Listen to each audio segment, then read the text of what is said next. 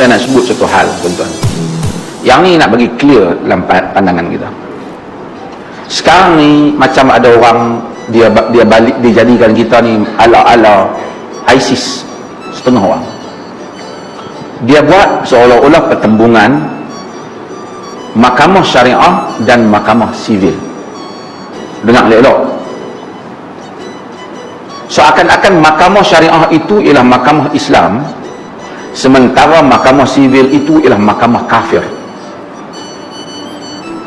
Ini pahaman ini kalau tak dibendung akan menjahanamkan negara pada masa yang panjang. Di dalam Islam bukan pernah banyak, hampir 90 lebih perkara di dalam menentukan kadar undang-undang. Islam serahkan kepada ta'zir. Undang-undang jalan raya, adakah undang-undang Islam dengan tak Islam? Tak ada. Mahkamah sivil yang buat, siapa langgar lampu merah, siapa langgar laju, kena undang-undang, kena denda. Boleh tak dari segi Islam? Boleh tak? Adakah itu mahkamah kafir kalau buat itu? Tak. Ya tak kafir. Nak minum air, undang-undang kan, ataupun kita undang-undang jalan raya, pipe, saliran perumahan, bersama mana boleh buat, bersama mana tak boleh buat, kawasan mana yang tak boleh buat, yang diputuskan di bawah mahkamah sivil. Adakah bercanggah dengan Islam? Tak. Itu tasarruful imam manutun bil maslahah. Tindakan imam dibina atas maslahah. Umpamanya jika kerajaan mahkamah tak benarkan kita buat rumah tepi lebuh raya dekat dengan jalan raya, dia kata lah Islam tak ada dalam Quran je ni. Tak. Ini semua pemerintah tentukan. Banyak lagi perasuah, orang rasuah. Dalam undang-undang Islam dia kata rasuah ni dilaknat, tapi dia tak bagi tahu hukuman banyak mana. Boleh tak kita sebat perasuah? Boleh. Kemudian ada orang pihak sebat dalam Islam tak sama macam sebat mahkamah sivil.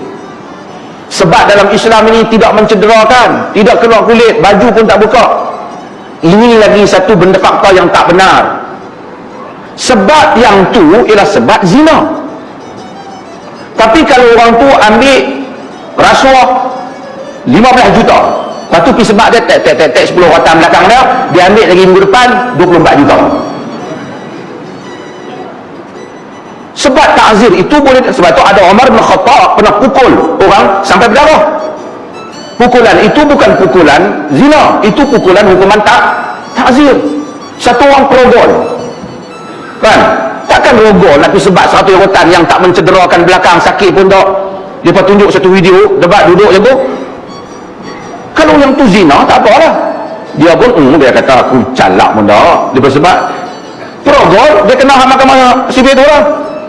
Dan itu tak bercanggah dengan syariah selagi mana tidak melanggar sampai membunuh dan seumpamanya. Bahkan pemerintah ada kadar-kadar hukum yang boleh buat. Dan ini orang awam kata, orang bukan Islam pun benih. Kalau dalam Islam macam mana salah pun, sebab baju pun tak buka, jangan kuat sangat, angkat tak nampak putih ketiak, baru pukul. Itu untuk kes zina. Juga qazaf itu pun pemerintah kena tengok. Tuduh orang zina, lepas tu duduk relax, lepas tu kena, dia balik tuduh lagi. Kemudian orang awam tak tahu. Bila satu orang bentang macam tu, orang tu macam tu rupanya. Tak. Sebab zina satu kes, sebab kes rasuah, sebab kes rogol, sebab kes penipuan besar, tipu orang sampai 100 juta, dapat sebab baju pun tak buka, balik duk makan kacang tepi jalan. Allah, dia kata silap 100 juta, tidak aku buat 120 juta.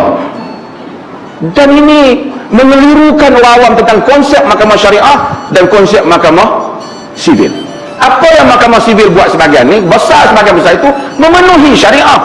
Ada satu dua benda yang tak memenuhi syariah, tapi banyak yang telah memenuhi syariah. Cuma saya nak tanya, adakah semua yang mahkamah syariah buat itu memenuhi syariah? Yang tu pun boleh tanya.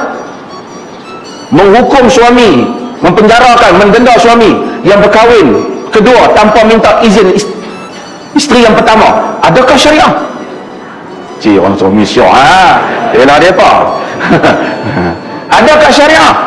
Adakah di sini syariah suami dipenjarakan, ada enactment peruntukan untuk mempenjarakan suami jika dia boleh kami tanpa izin? Ada tak? Tak ada. Walaupun orang kata hakim boleh buat, ini imam di atas dasar maslahah, tapi itu kalau dasar masalah kena samakan mahkamah sivil je. Kerana sebabnya hukum orang, walaupun tuan tu cakap betul, dihukum dia kerana dia bercakap tanpa tauliah umpamanya. Adakah syariah dihukum oleh mahkamah syariah? Juga boleh dibincangkan antara perbezaan sivil dan syariah. Satu orang cakap, yang lain tak tahu, yang lain duk takbir. Bukan saya inti dia, tapi jangan bagi maklumat yang salah.